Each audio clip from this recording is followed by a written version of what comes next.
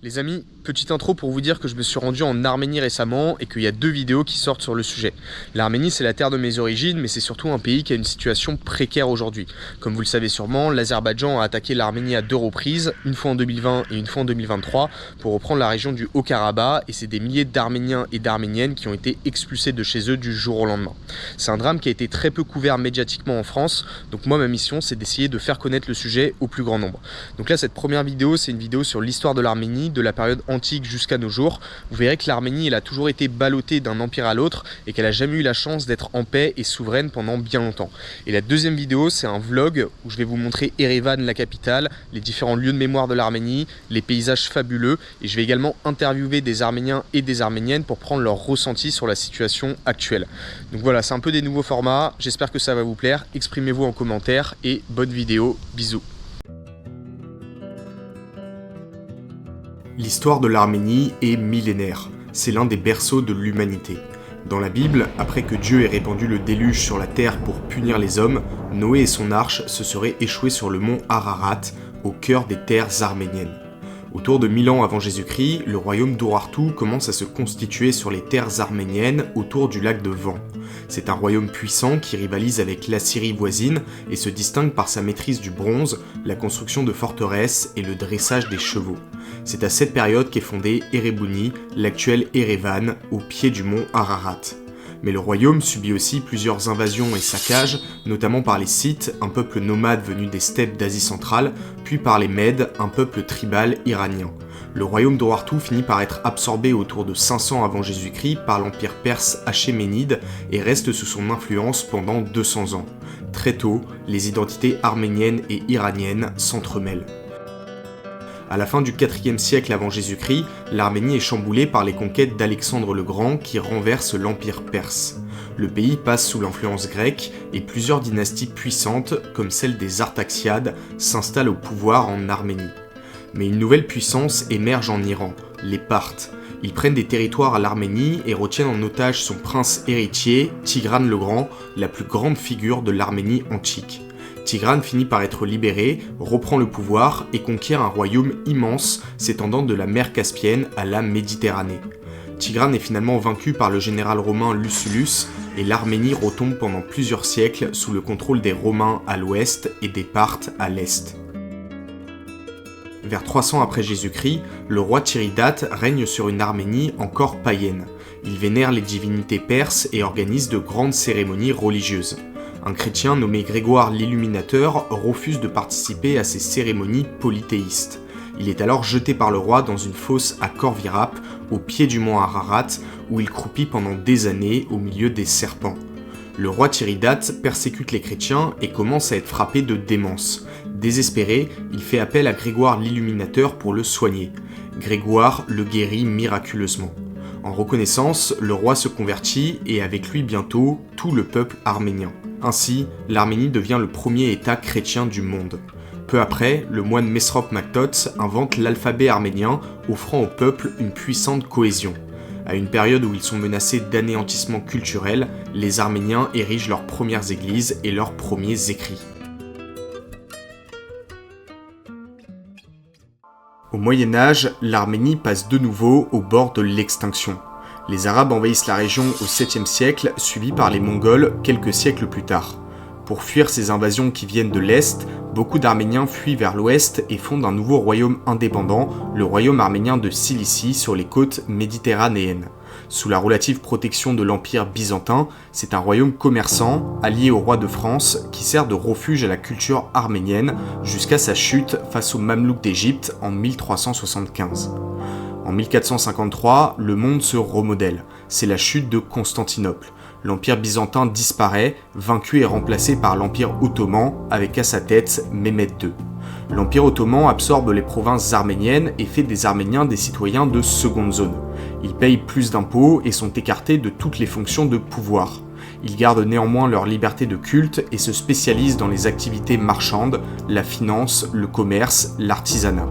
Pour fuir les restrictions, beaucoup d'Arméniens s'exilent de l'Europe jusqu'à l'Extrême-Orient. C'est le début de la diaspora arménienne.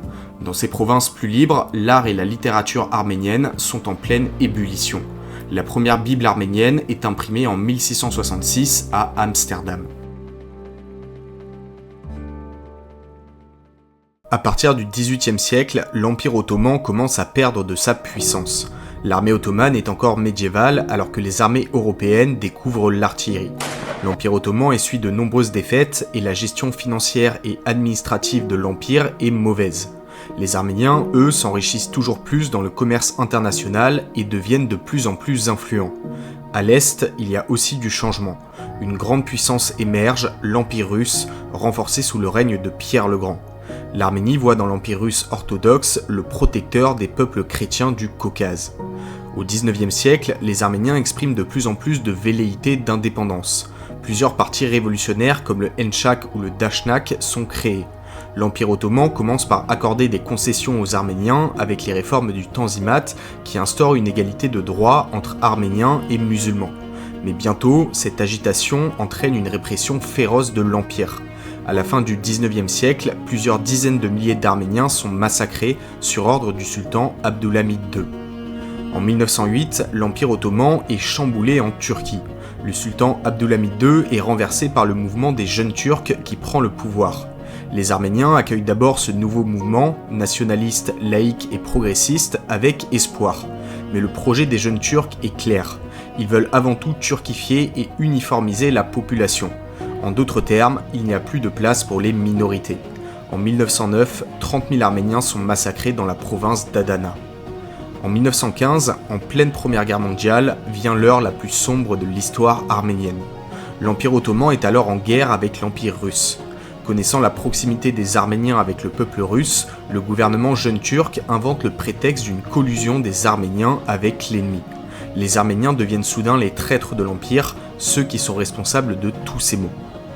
Le gouvernement jeune turc commence à assassiner les intellectuels arméniens de Constantinople. Peu après, il ordonne la déportation de la population arménienne de l'Empire ottoman vers les plaines de Syrie et le désert de Mésopotamie.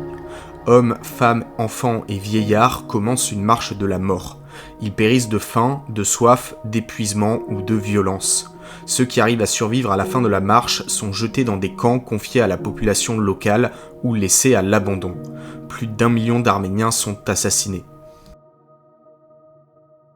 À la fin de la Première Guerre mondiale, un nouvel espoir naît pour le peuple arménien dévasté. Au nord, la Russie est profondément chamboulée. L'Empire est tombé face à la révolution bolchevique. Quant à l'Empire ottoman, il a été définitivement vaincu par les Alliés. Par le traité de Sèvres, les Alliés reconnaissent une Arménie indépendante de 46 000 km². Les Arméniens organisent rapidement des élections libres et l'administration du territoire. Mais cette indépendance dure quelques mois seulement. Le chef nationaliste turc Mustafa Kemal ne reconnaît pas le traité de Sèvres, prend les armes et attaque l'ouest de l'Arménie. L'URSS, maintenant constituée, entend faire du Caucase sa zone d'influence et envahit l'Arménie par le nord, s'emparant d'Erevan. L'Arménie, amputée de certains territoires à l'ouest conquis par les Turcs, passe alors totalement dans l'orbite soviétique, devenant une république de l'URSS. C'est alors que Joseph Staline, commissaire aux nationalités, procède à un redécoupage arbitraire du Caucase. Pour affaiblir l'unité arménienne et favoriser l'Azerbaïdjan, il attribue le Haut-Karabakh, une région montagneuse majoritairement peuplée d'Arméniens, à la République d'Azerbaïdjan ainsi que la région du Nakhitchevan. Pendant plusieurs décennies, sous l'ère soviétique, l'Arménie subit les grandes purges, la collectivisation forcée et les déportations au goulag. Cependant, à partir des années 1950, l'Arménie se développe de manière accélérée. Elle développe massivement les cultures du blé, de la betterave, du tabac et du coton et se dote d'une industrie basée sur l'hydroélectricité, la métallurgie, la chimie et le nucléaire, engendrant d'ailleurs une pollution meurtrière. À partir de 1988, le vent des indépendances souffle sur les républiques soviétiques.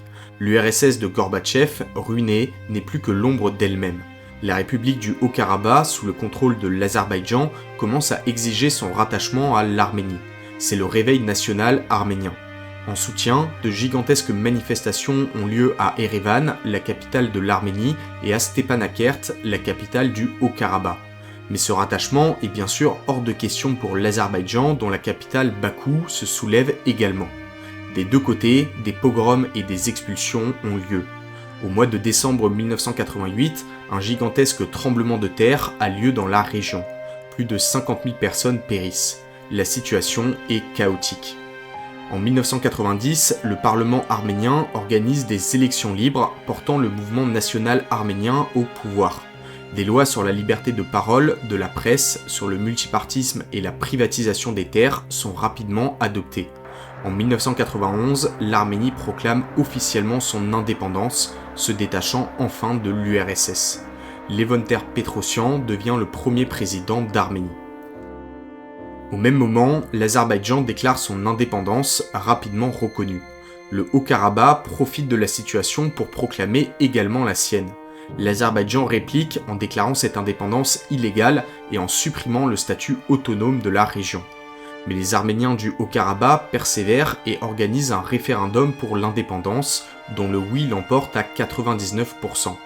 L'Azerbaïdjan, soutenu par la Turquie, prend les armes. C'est la première guerre du Haut-Karabakh. Les Arméniens finissent par l'emporter et par prendre le contrôle de l'ensemble du Haut-Karabakh qui se proclame république, mais qui ne sera jamais reconnu internationalement. Des milliers d'Azéris du Haut-Karabakh sont violentés et expulsés de chez eux. Pendant 30 ans, l'Azerbaïdjan va préparer sa revanche. Grâce à des découvertes pétrolières et gazières, le pays s'enrichit considérablement et construit une puissante et moderne armée quand l'Arménie peine à se développer. Le 27 septembre 2020, l'Azerbaïdjan, soutenu par des mercenaires turcs, attaque le Haut-Karabakh et cette fois reprend les 3/4 du territoire. La région n'est plus reliée à l'Arménie que par un mince corridor, le corridor de Latchine. Un cessez-le-feu est proclamé sous l'égide de la Russie qui envoie des troupes de maintien de la paix. Au début de l'année 2023, l'Azerbaïdjan impose un blocus au Haut-Karabakh en bloquant le corridor de Latchine. Puis, le 19 septembre 2023, les soldats azéris portent le coup de grâce. Ils envahissent à nouveau la région et s'emparent cette fois en 24 heures de la totalité du Haut-Karabakh. Les soldats russes font pression pour imposer un cessez-le-feu, mais ne barrent pas la route aux soldats azéris. Aujourd'hui, l'Arménie est un pays dans une situation fragile. Jamais en paix pendant très longtemps, le développement en a souffert. Il y a une grande dépendance à la Russie et au transfert de fonds de la diaspora arménienne. Les niveaux de pauvreté et de chômage sont élevés et il y a peu de perspectives pour la jeune génération. Les revenus de l'État sont trop faibles pour bâtir une armée puissante, alors que l'Arménie est entourée de deux voisins hostiles, la Turquie à l'ouest, qui n'a jamais reconnu le génocide arménien, et l'Azerbaïdjan à l'est. Le territoire du Nakhitchevan, qui appartient à l'Azerbaïdjan et qui est enclavé dans l'Arménie, représente la menace d'un nouveau conflit. Cependant, la plus grande force de l'Arménie, c'est son peuple. Un peuple pieux, talentueux, d'une résilience incroyable et ayant beaucoup d'espoir pour le futur de leur pays.